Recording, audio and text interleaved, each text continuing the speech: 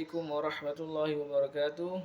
Bismillahirrahmanirrahim. Alhamdulillahirabbil alamin wa bihi nasta'inu ala umuri dunya waddin. Wassalatu wassalamu ala asyrafil anbiya'i wal mursalin wa ala alihi wa sahbihi ajma'in, amma ba'd. Asyhadu an la ilaha illallah wahdahu la syarika lah wa asyhadu anna Muhammadan abduhu wa rasuluhu la nabiyya ba'dah. Qalu subhanaka la ilma lana illa ma 'allamtana innaka antal alimul hakim. Yang pertama-tama mari kita panjatkan puji dan syukur atas kehadiran Allah Subhanahu wa taala yang mana kita telah diberikan limpahan rahmat dan nikmatnya sehingga dapat belajar bersama mengenai ulumul hadis. Salawat serta salam semoga selalu Allah curahkan kepada junjungan kita Nabi besar Muhammad sallallahu alaihi wasallam beserta keluarga, sahabat, pengikutnya hingga akhir zaman. Yang saya hormati rekan-rekan sekalian, wabil khusus dosen pengampu mata kuliah Ulumul Hadis Ibu Emilia Sari M.Hum. Baiklah, saya akan membahas mengenai hadis dhaif dan sebab kecacatannya. Akhir-akhir ini banyak sekali golongan yang alergi terhadap hadis dhaif. Mereka menganggap hadis dhaif ini sama hukumnya dengan hadis maudhu. Padahal berbeda di sini. Nah, menurut Az-Zakarshi dalam kitabnya Nuqat Ibnu Salah, ada perbedaan yang besar di antara keduanya. Yang pertama, menunjukkan adanya suatu kedustaan atau kepalsuan dalam suatu hadis. Sedangkan yang kedua yaitu menunjukkan bahwa hadis tersebut tidak kokoh atau hadis dhaif. Nah, dari sini kita harus mengetahui apa itu pengertian dari hadis dhaif. Nah, menurut ulama ahli hadis, hadis dhaif itu ialah semua hadis yang tidak terkumpul di dalamnya sifat-sifat hadis yang diterima atau makbul. Nah, secara umum hadis dhaif ini terbagi menjadi 4 derajat. Yang pertama itu hadis dhaif yang ringan sehingga dapat ditunjang oleh syahid atau hadis lain dari riwayat yang berbeda. Nah, ini juga disebut hadis musyabbah yang mendekati derajatnya hadis hasan. Yang kedua yaitu hadis yang kedhaifannya standar. Nah, ini pada umumnya perawinya dijuluki dhaiful hadis atau yang lemah hadisnya, ataupun juga mardudul hadis yang tertolak hadisnya. Yang ketiga yaitu hadis yang kedhaifannya sangat berat. Nah, pada umumnya sebagian perawi di sini dicurigai berdusta ataupun berbuat fasik. Nah, yang keempat yaitu maudhu. Nah, maudhu ini bukanlah sabda Nabi Muhammad SAW yang diklaim sebagai hadis oleh orang yang tidak bertanggung jawab.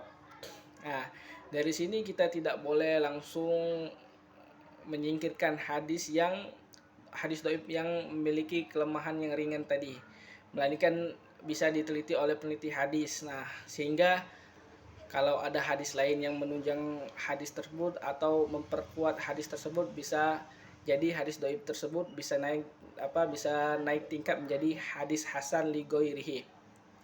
Adapun sebab kedhaifan ada 2, yaitu dari terputusnya sanad dan matan atau juga perawi yang bermasalah.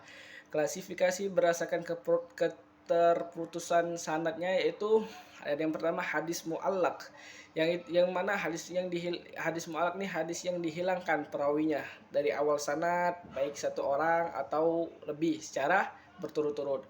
Yang kedua yaitu hadis mursal. Nah, hadis mursal ini hadis yang di dalamnya tidak disebutkan nama sahabat dalam rangkaian sanadnya, melainkan melompat langsung dari tabi'in kepada Rasulullah SAW. Nah, dalam hal ini bisa jadi bermasalah karena para tabi'in itu tidak bertemu langsung dengan Rasulullah, melainkan mendengar dulu dari sahabat baru ke Rasulullah SAW. Yang ketiga yaitu hadis mu'dal. Hadis mu'dal ini hadis yang dalam rangkaian sanadnya terdapat 2 perawi yang dihilangkan secara berturut-turut. Nah, di sini syaratnya harus secara berturut-turut. Nah, kalaupun hadisnya di awalnya hilang dan nanti di akhirnya hilang lagi, nah itu tidak bisa disebut hadis mu'dal. Nah, yang keempat yaitu hadis munqati. Hadis munqati di sini hadis yang rangkaian sanadnya terputus.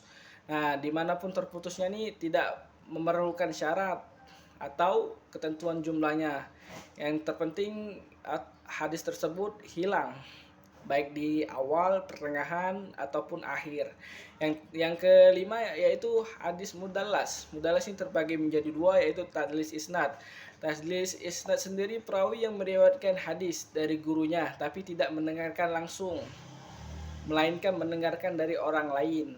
Nah, yang kedua yaitu tadlis syuyukh.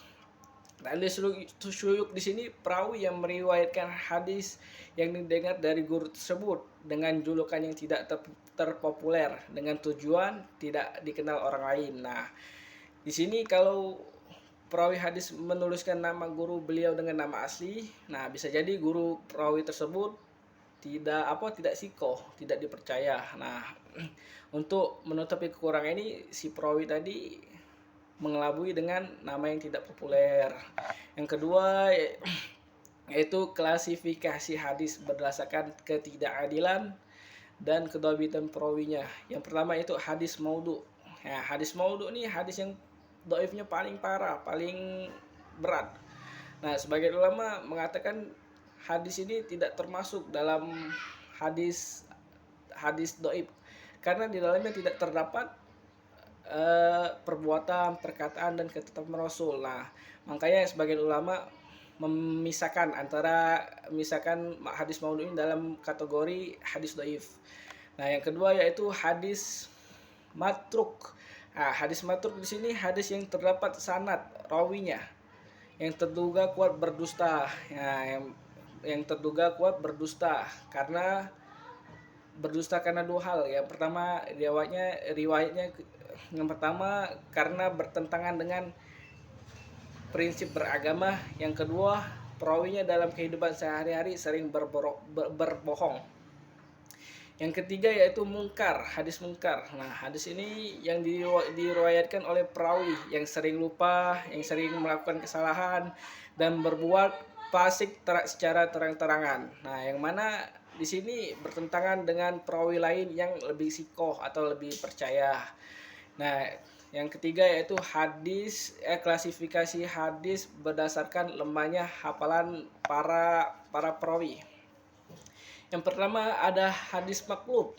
Hadis maklub di sini hadis yang sanad dan matanya itu berubah karena ada lafal yang mesti diakhirkan tapi didahulukan. Nah, yang kedua ada hadis mudraj. Hadis mudraj di sini hadis yang di dalamnya terdapat tambahan atau sisipan dari perawi. Nah, kita tidak boleh menambahkan kata atau kalimat dalam matan hadis tersebut. Itu diharamkan dalam ini oleh para ulama. Kecuali kita menambahkan makna yang tergandung dalam matan tersebut, makna yang asing atau kata-kata yang asing. Nah, itu dibolehkan. Yang ketiga yaitu hadis mutarib.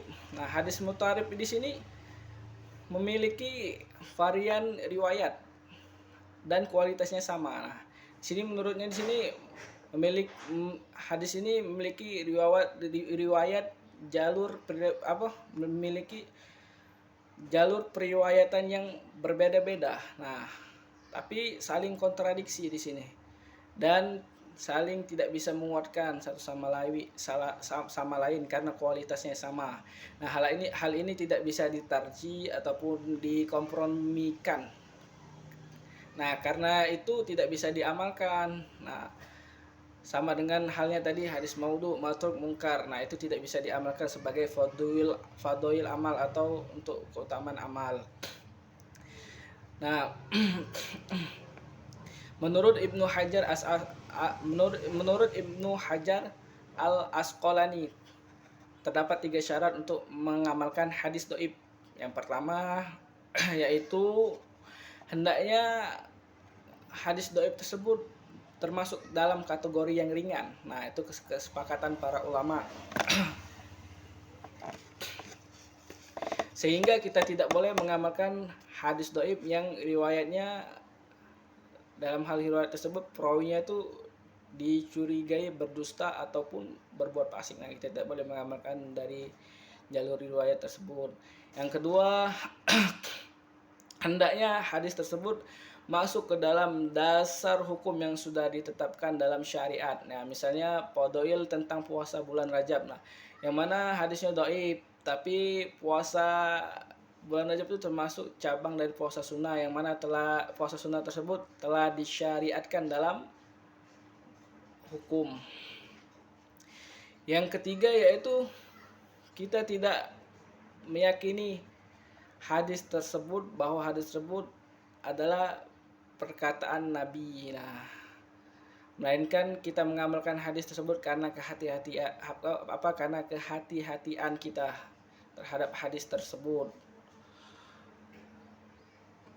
Bisa jadi hadis tersebut juga merupakan sabda Nabi, bisa jadi juga tidak. Nah, sehingga kita tidak terjerumus ke dalam apa yang kita sandarkan kepada Nabi, padahal beliau tidak mengatakan hal tersebut. Yang mana berdasarkan hadis Nabi SAW, man kadzdzaba alayya muta'ammidan fatabawwa'ah maq'aduhu minnar. Barang siapa yang berdusta atas namaku dengan sengaja, maka hendaklah ia siap-siap tempatnya di neraka. Hadis riwayat Bukhari dan Muslim.